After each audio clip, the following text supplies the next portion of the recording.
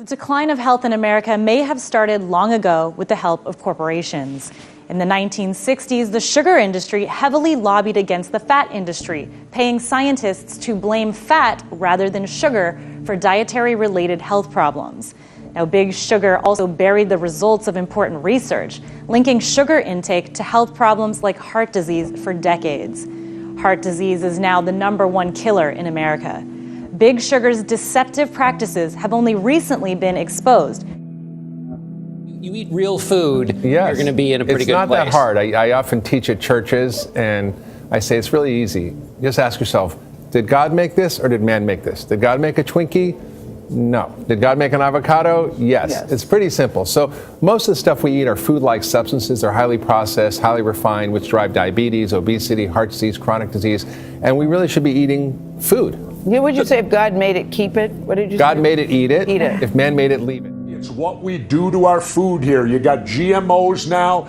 You got all these preservatives. Everything in the store has to have a shelf life of 30 days. So they put chemicals on everything. We got chemicals in our water supply. We got chemicals used by farmers far too much that gets into the dirt, it gets into the water system, and it gets to where today you can't even drink water out of a stream because it will be polluted by chemicals, which 50 years ago you didn't have that problem. So the big problem to me is what we're doing in the creation of our food. We're worried more about quantity instead of quality. People understand is certain foods in the food supply are addictive.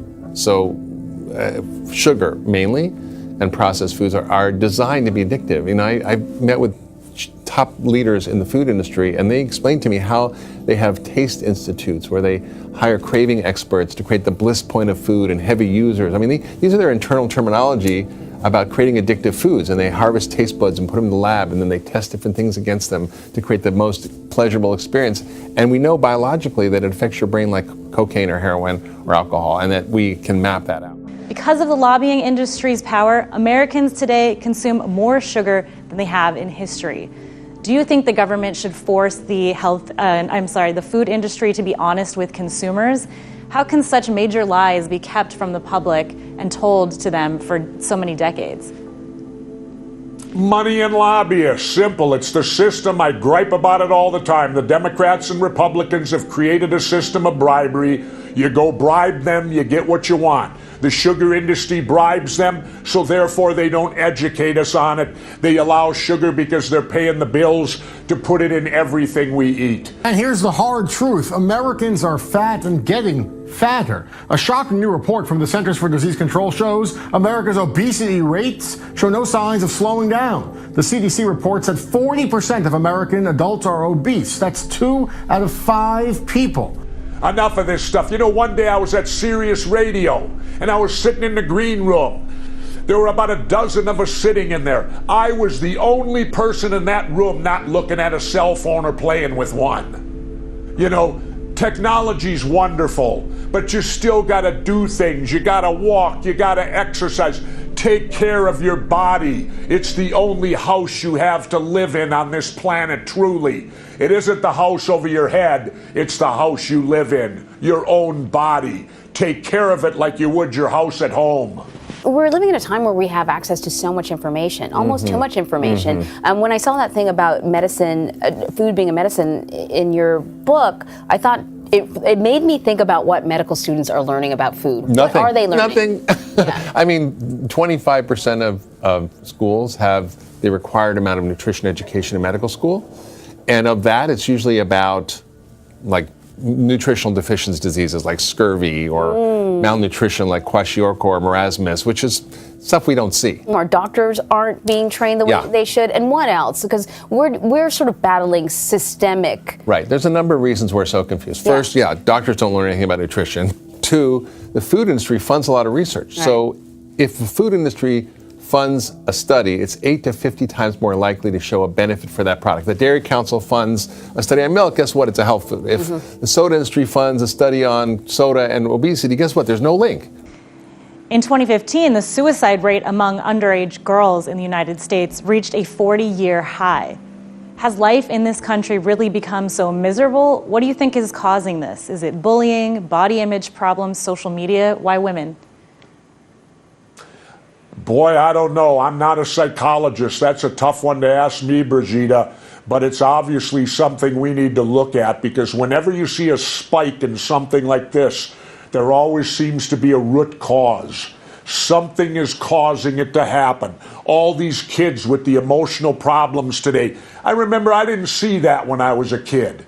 But at a certain point, it dawned on me that given my background, I was able to sort of put on my journalist hat and really dive into the research to explore the mechanisms at play that were robbing my mom of her brain power. And the optimism that I was reading in the medical literature was a stark contrast to the sort of neurological nihilism that I experienced in doctors' offices with her. So I became sort of obsessed with culling information from all sources, and my background as a journalist gave me the ability to know what sources were worth looking into and exploring further and what were more pseudoscience and stuff that I should leave alone. And I decided to basically reach out to researchers around the globe, and at this point I've read hundreds, if not thousands, of medical research papers. I've interviewed some of the top research scientists in the world.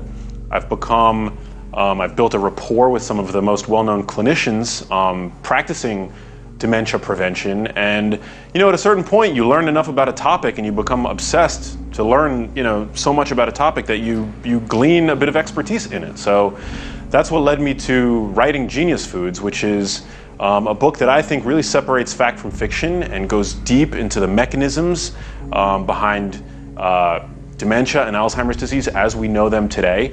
But it's also a book about optimizing the way that your brain works in the here and now, because something that very few people realize is that the same things that you can do that'll minimize your risk for some of these awful diseases that we're talking about actually also make your brain work better so that you can feel happier, have more energy. This is incredible, and it's something that very few people know about. Life expectancy in America has declined for the second year in a row, with more Americans dying early. Now, if you look at the statistics, the numbers don't seem all that dramatic, with a decline of just 0.1 year. But if you look deeper, it turns out America has one of the largest income-based health disparities in the entire world. According to a recent report, the poorest third of Americans, almost 40%, say they are in poor health, when compared to 12% of the richest third. It's embarrassing that the richest country in the world for the last 100 years would have people in the health conditions they're in today. We have money to fight wars all the time. I harp on this all the time. We have plenty of money to kill people. We have plenty of money we spend on billions on new aircraft carriers named after Gerald Ford. Meaningless crap that floats out in the ocean today. And yet we have people in our own country with bad nutrition, bad health care, and I think part of it comes down to, in the United States, the use of preservatives here, our food. When I go off the grid, I eat organic food that will spoil in a week. All the food in the United States has a shelf life of at least 30 days, all these chemicals they put on it.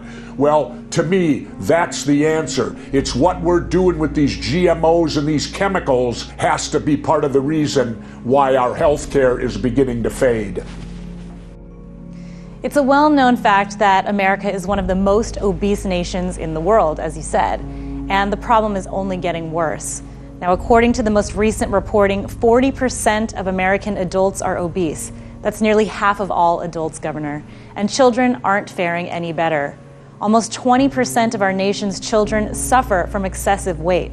That's too much. Today, more people die from overeating than starvation and human violence. It seems like we're fighting a war on ourselves, doesn't it, Governor? Yes, it does, and it's a stupid war. And look at our lifestyle today. Everybody lives with the cell phone. Everybody lives with the computer, all the way down to our smallest children. I remember when I was a kid, you went out in the backyard and played. You went down to the park and played. You did physical things. That's the other thing we need to look at. Physical training. You can't sit on your ass all day long and think you're going to be physically fit. Dietary treatment guidelines for people with something called mild cognitive impairment were just a couple months ago updated to include exercise. So your doctor might as well write exercise on the prescription pad. Everything can't be solved with a drug, and a lot of plants and a lot of nutrition and things like that can do things naturally that something created in a laboratory can do. Why would you choose the laboratory when you got the natural the way it was meant to be? Thousands of years ago with Hippocrates, who said, let food be thy medicine, medicine be thy food. But now we think of food mostly as energies, calories, right? Calorie restriction is the way to lose weight. You want to eat less, exercise more, except there's really no evidence that that works because we've been getting fatter and fatter. And we're getting that advice from our doctors, our nutritionists, from the government, from food industry, which should make you suspicious. And the truth is that food is actually far more than calories. It's information. It's like instructions that talks to your body with every single bite. So it changes your gene expression. It regulates your hormones. It changes your immune system, can create inflammation or reduce inflammation. It affects your microbiome, affects your brain chemistry, literally with every single bite. So it's like code that programs your biology. And if you're putting junk in, you're going to get junk out. That's why disease happens. So food, it turns out, is probably one of the most powerful drugs on the planet. We can reverse type 2 diabetes in a few weeks, changing people's diet, but there's no medication that can do that. All right, Governor, we could throw money at the problem, as some politicians are quick to suggest, but it might not really solve the issue. We're spending more than any other nation in the world, but longevity of life stays the same. Healthcare accounts for 20% of America's GDP, and the average person pays about $9,000 per year. Yet life expectancy is on par with nations that spend half as much. How is that possible, Governor? Why is healthcare such a money pit? Well, you know, Brigitte, sometimes I don't have the answers. And this is one that I really don't have the answer to. I can only assume and move forward and say it's what we do to our food here. By looking at the statistics, it's got to be, you got to look to the source. What's causing it, Brigitte? And I got to think it's this food and the chemicals and preservatives that Monsanto and these people force the farmers to put on everything to get the most crops. It isn't necessarily they're the best crops, they're just the most crops. And that's what they seem to be looking for. Should we ban sugary foods, close McDonald's, or implement a sin tax just like Seattle has on sugary beverages? Not necessarily. Again, it comes down to, I'm not a big guy that says government should step into everything. This is a personal responsibility issue. That's why I'm so vehemently talking to the people out there to take care of themselves. Don't look for the government to take care of you. Take care of yourself. And this is one issue you can do it on. Eat correctly, exercise, and get proper amount of sleep, and you'll find out, guess what? You'll probably live longer. Now, what are some of the foods we should all eat to improve brain function and productivity? What's out there that will focus in on making our brains healthier? Well, one of, I think, the most practical tips that I give in the book and that I tell people in general is if you can eat one large salad every single day, you're checking off so many of your nutritional boxes. And it's a really great way to get in a myriad of micronutrients, which the brain needs to thrive, dietary fiber. It's a great vehicle for extra virgin olive oil, which research has really sort of spotlighted as being highly neuroprotective. And evidence does show, actually published this past month in the journal Neurology, that people that eat one salad per day on average have brains that look about 11 years younger. So, you know, by eating a large daily salad every single day, that's something that pretty much everybody can do, no matter where in the world you are. And just to give you some guidelines, you know, when I say a large daily salad, you want to fill it primarily with dark leafy greens. So I'm talking about kale, spinach, arugula. You want to leave the iceberg lettuce alone. Iceberg lettuce is just water and fiber, essentially. It doesn't contain many of the micronutrients that the brain needs, such as magnesium, folate. Whereas spinach, kale, these foods are highly correlated with improved brain function. So again, you know, one daily salad every single day, start there.